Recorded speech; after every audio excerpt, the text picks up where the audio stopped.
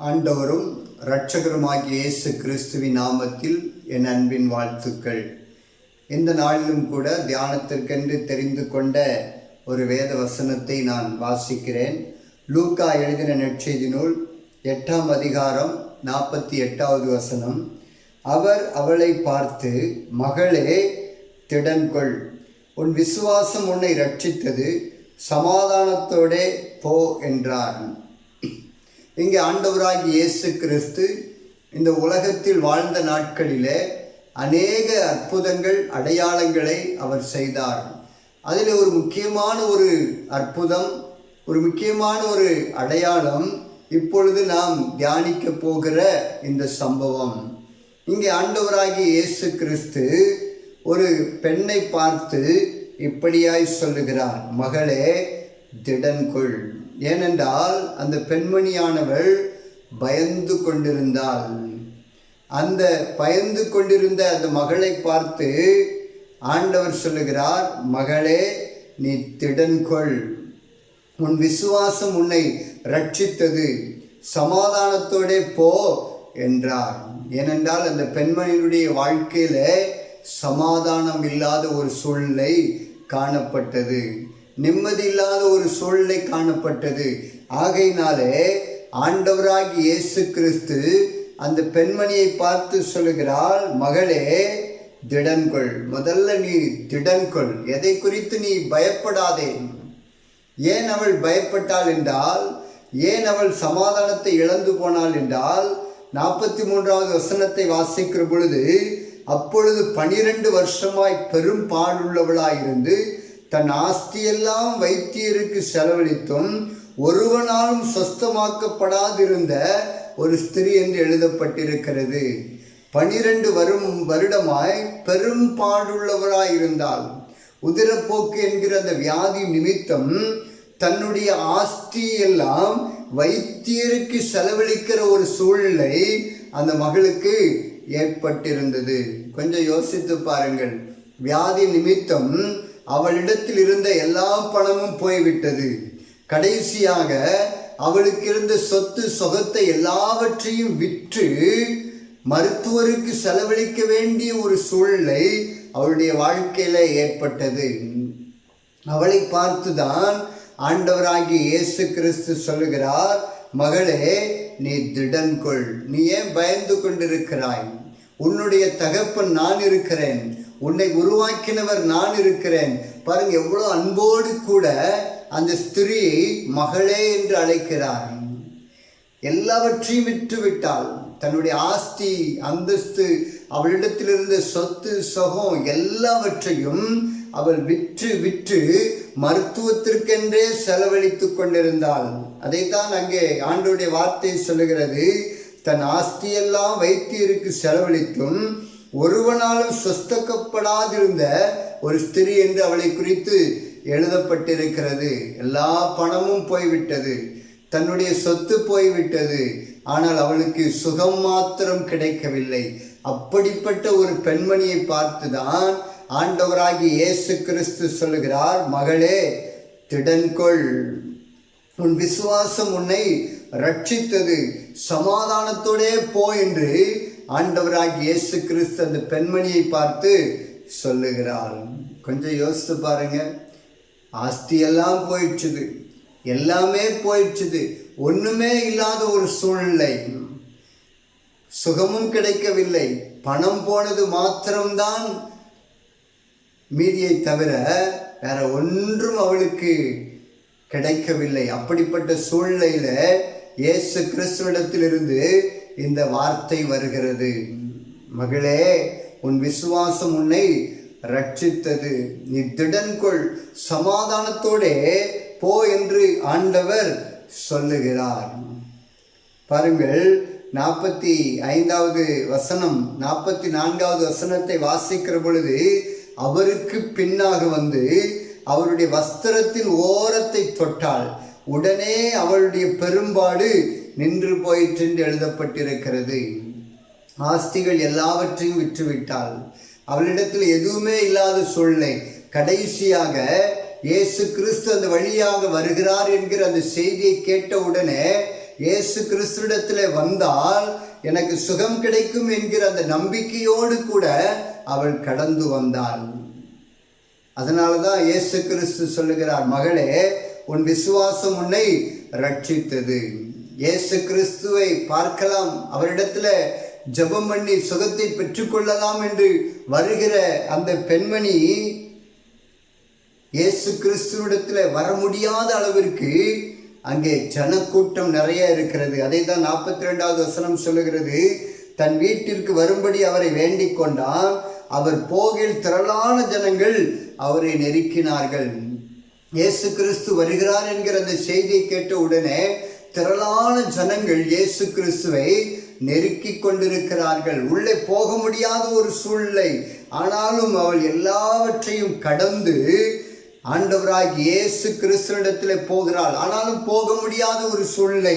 கடைசியாக அவள் என்ன செய்கிறாள் என்றால், அவருக்கு பின்னாக வந்து அவருடைய வஸ்திரத்தின் ஓரத்தை தொட்டாள். எப்படியாகிலும் சரி இயேசு கிறிஸ்துவை தொட்டுவிட்டால் போதும், எனக்கு சுகம் கிடைத்துவிடும் என்று அவள் எல்லாரையும் தள்ளி கொண்டு அப்படியே ஒவ்வொருவராக விலக்கி கொண்டு கடைசியில் அவள் கஷ்டப்பட்டு வஸ்திரத்தின் ஓரத்தை வந்து தொட்டாள். தொட்ட உடனே அவளுடைய பெரும்பாடு நின்று போயிற்று என்று எழுதப்பட்டிருக்கிறது. பாருங்கள், ஆகையினாலே தான் இயேசு கிறிஸ்து அவளை பார்த்து சொல்லுகிறார், மகளே உன் விசுவாசம் உன்னை ரட்சித்தது. இயேசு கிறிஸ்துவின் மேல் ஒரு நம்பிக்கையோடு கூட கடந்து வந்தால் எல்லாம் போய்விட்டது. செலவழிப்பதற்கு பணம் இல்லை, இனி மருத்துவரை தேடி போவதற்கு பணம் இல்லை, என் ஆஸ்தியெல்லாம் போய்விட்டது. கடைசியாக இயேசு கிறிஸ்துவிடத்திலே வருகிறாள். வந்து வஸ்திரத்தின் ஓரத்தை தொட்ட உடனே அற்புதமான முறையில் அவளுக்கு சுகம் கிடைத்தது. 12 வருடமாய் கஷ்டப்பட்டாள். கொஞ்சம் யோசித்து பாருங்க. 12 வருடம் அவளுடைய வாழ்க்கையில் சமாதானம் இல்லாத ஒரு சூழ்நிலை காணப்பட்டது. பயம் நிறைந்த ஒரு சூழ்நிலை காணப்பட்டது. அந்த 12 வருட அந்த பயத்திற்கு ஆண்டவர் முற்றுப்புள்ளி வைத்தார். அவளை பார்த்து சொல்லுகிறார், மகளே நீ திடன்கொள், தைரியமாயிரு, ஏன் கலங்குகிறாய்? உன் தகப்பன் நான் இருக்கிறேன், உன்னை படைத்தவர் நான் இருக்கிறேன், நீ ஏன் பயப்படுகிறாய் என்று ஆண்டவராகிய இயேசு கிறிஸ்து சொல்லுகிறார். திடன்கொள் மகளே, நீ திடன்கொள், உன் விசுவாசம் உன்னை ரட்சித்தது. நீ என்ன நம்புகிறாயோ, என்ன என் மீது நம்பிக்கை வைத்து என்னிடத்தில் வந்தாயோ, அந்த காரியம் உன்னை காப்பாற்றும் என்று ஆண்டவராகிய இயேசு கிறிஸ்து சொல்லுகிறார். கடைசியாக சொல்லுகிறார், சமாதானத்தோட போ என்று சொல்லுகிறார். இனி உன் வாழ்க்கையில சமாதானம்தான், இனி உன் வாழ்க்கையில சந்தோஷம்தான். உன் வியாதி நீங்கிவிட்டது, உன்னுடைய பயம் நீங்கிவிட்டது, உன்னுடைய வாழ்க்கையில இருந்த அந்த சமாதான குறைவு நீங்கிவிட்டது. நீ விசுவாசத்தோடு கூட கடந்து போ, உன்னை நான் நடத்துவேன் என்று ஆண்டவன் சொல்லி அனுப்புகிறார். இந்த வார்த்தைகளை கேட்டுக்கொண்டிருக்கிற எனக்கு அன்பான சகோதரனே சகோதரியே, எல்லாமே போய்விட்டது என் வாழ்க்கையில், இனி என்ன என்று யோசித்து கொண்டிருக்கிற உங்களோடு கூட தான் கர்த்தர் பேசுகிறார். மகளே திடன்கொள், மகளே நீ பயப்படாதே, திடன்கொள், உன் விசுவாசம் உன்னை ரட்சித்தது. நீ என்ன விசுவாசிக்கிறாயோ அது உன் வாழ்க்கையில நடந்து விட்டது என்று ஆண்டவர் சொல்லுகிறார் அந்த மகளை பார்த்து. ஏனென்றால் இயேசு கிறிஸ்துவிடத்தில் வந்தால் வஸ்திரத்தின் ஓரத்தை தொட்டாலாவது சுகம் கிடைத்து விடும் என்கிற அந்த நம்பிக்கையோடு கூட இயேசு கிறிஸ்துவிடத்தில் நேரடியாக பேசாவிட்டால் கூட பரவாயில்லை, அவருடைய வஸ்திரத்தின் ஓரத்தை தொட்டால் கூட போதும், எனக்கு சுகம் கிடைத்து விடும் என்கிற அந்த விசுவாசத்தோடு கூட வந்தால், தொட்டால் அவளுடைய வியாதி அவளை விட்டு நீங்கி போய்விட்டது. அதே போல இன்றைக்கு நீங்கள் இயேசு கிறிஸ்துவிடத்தில் வந்து அவரிடத்தில் நீங்கள் விசுவாசத்தோடு கூட கேட்பீர்கள் என்றால், ஜெபம் பண்ணுவீர்கள் என்றால், உங்களுக்கு இயேசு கிறிஸ்து நிச்சயமாகவே அற்புதம் செய்வார். எல்லாமே போயிடுச்சுது. கொஞ்சம் யோசித்து பாருங்க. 12 வருஷமாய் பெரும்பாடுள்ள ஸ்திரீ, 12 வருஷமா வேதனை, 12 வருஷமா வியாதி, எந்தெந்த டாக்டர்லாம் எங்கெங்க இருக்கிறாங்களோ அங்கெல்லாம் தன்னுடைய ஆஸ்தியை விற்று விற்று அவள் போனாள். கடைசியில் விற்பதற்கு ஒன்றுமே இல்லாத சூழ்நிலை. இனி இயேசு கிறிஸ்துவிடத்தில் போய்விட வேண்டும் என்று இயேசு கிறிஸ்துவிடத்தில் வந்தால் அற்புதமான சுகத்தை அவள் பெற்றுக்கொண்டாள். அந்த பெண்மணியை பார்த்து தான் இயேசு கிறிஸ்து சொல்லுகிறார், மகளே திடன்கொள், உன் விசுவாசம் உன்னை ரட்சித்தது, சமாதானத்தோடே போ என்றார். இன்றைக்கு வார்த்தைகளை கேட்டுக்கொண்டிருக்கிற எனக்கு அன்பான சகோதரனே சகோதரியே, இயேசு கிறிஸ்து உங்களுக்கும் இதே வார்த்தையை தான் சொல்லுகிறார்.